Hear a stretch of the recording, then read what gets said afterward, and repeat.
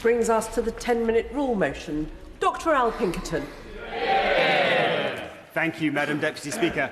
I beg to move that leave be given to bring a bill to place a duty on the Secretary of State to enter into negotiations with the European Union to agree a customs union between the United Kingdom and the European Union, and for united purposes. Madam Deputy Speaker, up and down the country, businesses know it. The public feel it, and it's time that this House find the courage to lift our whispered voices and admit it. Brexit has been an abject economic failure. It's choked business investment, shattered economic resilience, strangled trade, shrunk the economy, and left every single one of us poorer. The economic benefits of Brexit were only ever an illusory mirage. The kind of shimmering promise you see in the desert in the midday heat. The kind of shimmering promise that lures you towards it, only to find it always, agonisingly, out of reach. A promise that dissipates altogether as the cool of the evening returns. Well, that chill has descended. And now we can see clearly that the promises of 2016 and the oven-ready deals of 2021 were nothing more than the lukewarm figments of political opportunists who sought, and in some cases still seek, advantage in populism, in fragmentation and in fear. Far from taking back control, today our country feels more precarious than ever. We lurch from crisis to crisis, uncertain of who we are, what we stand for, and whether our children will be better off tomorrow than those who came before. Far from becoming a buccaneering global Britain, the United Kingdom is today weaker and more isolated than any point in our recent history. Far from lowering food and living costs or slashing regulation, British businesses are now buried under 2 billion bits of red tape that stretch 15 times around the circumference of the earth, all while the cost of living spirals even higher. Far from securing the transformative trading arrangements it promised, the government has delivered only Australia and New Zealand deals, worth a combined 0.1% to UK GDP, and exposing British farmers to tougher competition and diluted protections. The India deal would add just 0.13%, and the much-heralded US agreement has shrunk from a growth opportunity into damage limitation following Trump's tariffs.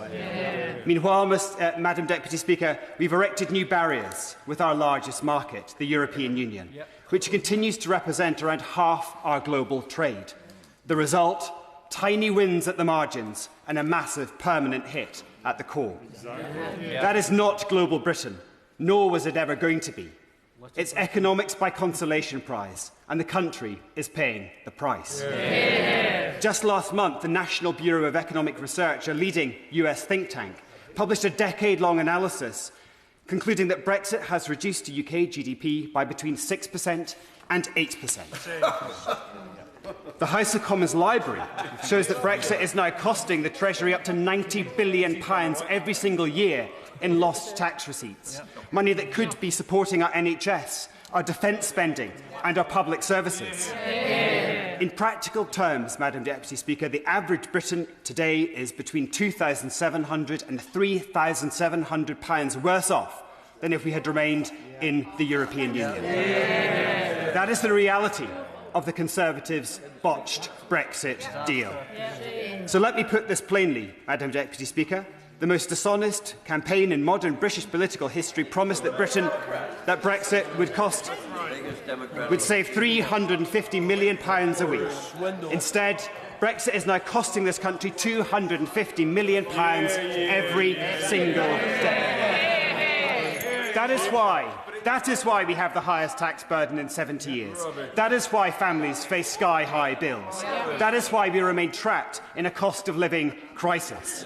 This is the lived reality of the very working people the government claims to champion, but for whom it shows neither the resolve nor the political will to protect. And while the Conservative benches and those behind me may chunter, it's the former leader and Prime Minister of the Conservative Party, Sir John Major, who noted Brexit is a flop. It will not now leap up from its deathbed. The Liberal Democrats believe the most effective route to sustainable economic growth in our country is to rebuild our relationship with the European Union. Our single most important trading partner, Rejoin. Just last week, the Prime Minister himself said, the Brexit deal has significantly hurt our economy. So for economic renewal, we must keep reducing frictions and move towards a closer relationship with the EU. That view was echoed by the Deputy Prime Minister, who described a customs union as an inevitable journey of travel. Yeah. Well, my bill would propel us along that journey.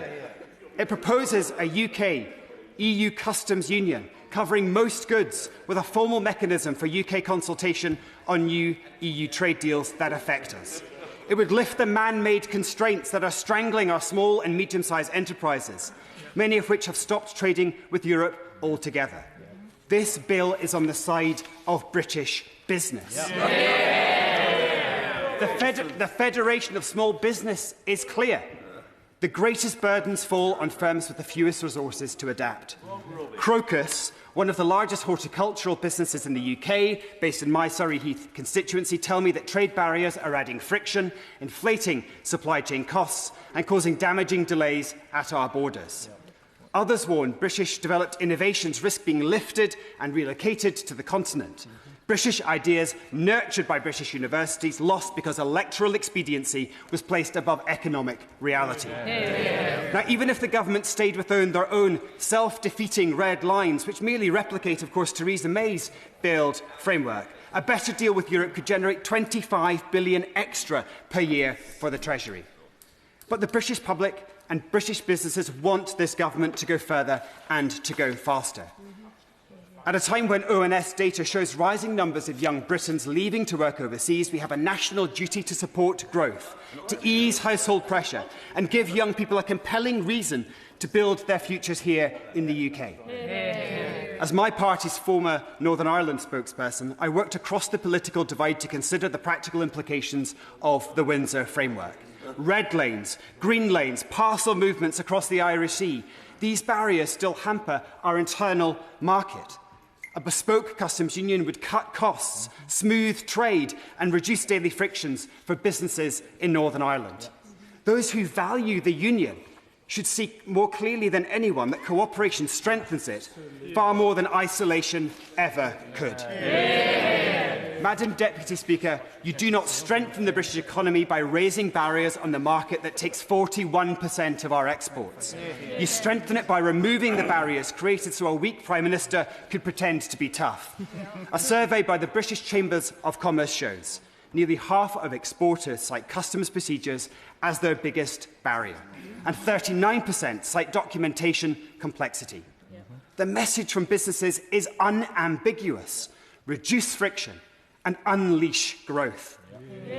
Closer economic partnership with Europe is also a matter of our national security. Russia is defined by military expansionism and destabilisation. China grows more coercive and authoritarian by the year. Under a second Trump administration, the United States has demonstrated a willingness to threaten and coerce even its closest allies in pursuit of hemispheric preeminence. In the recent national security strategy, the US welcomes, and I quote, the growing influence of patriotic European parties, and says its goal should be to help Europe correct its cultural current trajectory.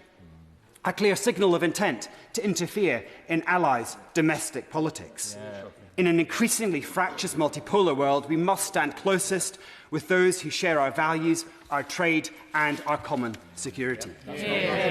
Madam Deputy Speaker, if we are serious about lifting this country out of stagnation, then we must get Britain growing again, get Britain exporting again and make Britain competitive again. A bespoke UK-EU customs union would cut red tape, unlock investment and restore certainty to British business. To sit on our hands is to choose stagnation. To oppose this bill is to prolong the cost of living crisis. To reject it is to hold back the small and medium-sized businesses that form the backbone of our economy. This House today has a clear choice. We can remain on a path of managed decline, or we can choose a future built on growth, on confidence and on opportunity. We can unleash once again the resilience, the creativity and innovation of British business. I commend this bill to the House.